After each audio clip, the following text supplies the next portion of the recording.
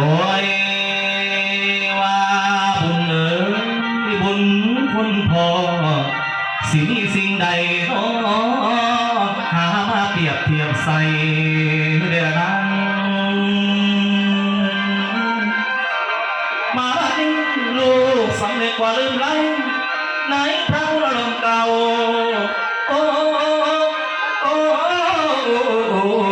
ยโอ้น้อเจ้าอีพ่อเฮาเด้อไอ้โอ้ย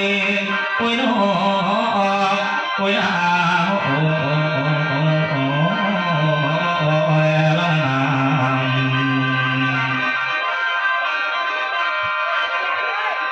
มาบ้านนี้ขอประกาศให้ลูกหูไปทั่วถึงวันนี้แล้วคุณพ่อพันจะสุรัตน์ผู้มีคุณ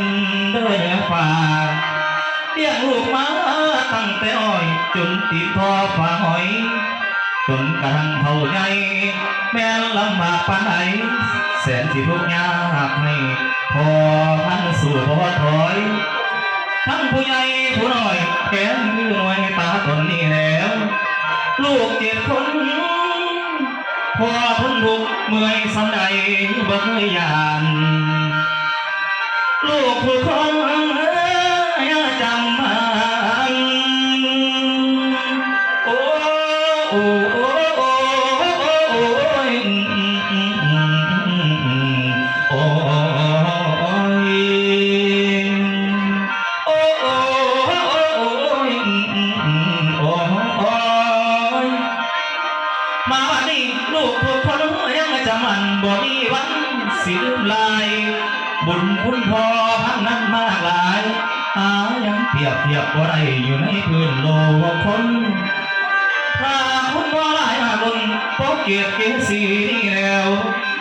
ลูกได้ดีมีงานทำก็พระบุญคุณทานคุณพ่อพันให้ปกป้องคุณป้องเรียกลำคอยแนะนำบอกสีดีให้พ่อสอน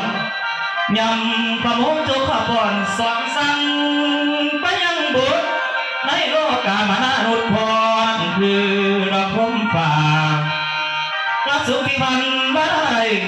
หลายปีพ้นผ่านพอพ้นอาสงสารก็เลยจากลูกเต่าบ่มีมือสิเปล่ามาบุญพ่อบุญคุณพ่อพันทำแผ่นป่าหนักกว่ามหาสมุทรนี่แล้วสุขหาแล้วมาเทียมสิเปียกปานบ่มีใดบุญแจกเขาบุญลอยวันลูกเสียไปให้บุญอัฐาบุญบวชบุญกฐินอุทิศให้พิราไทยสู่วิมาน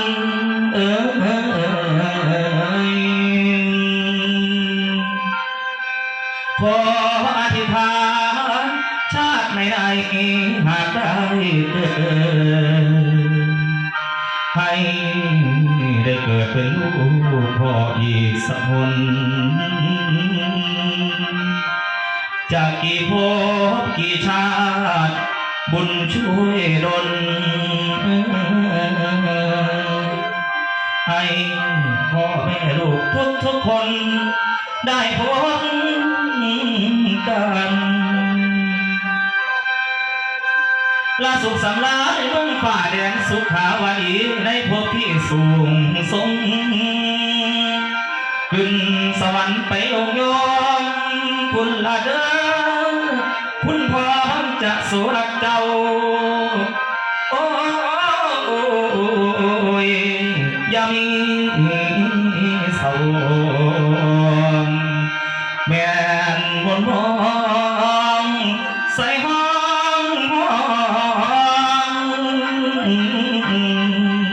โอ้ยโอ้ยโอ้ยโอ้ย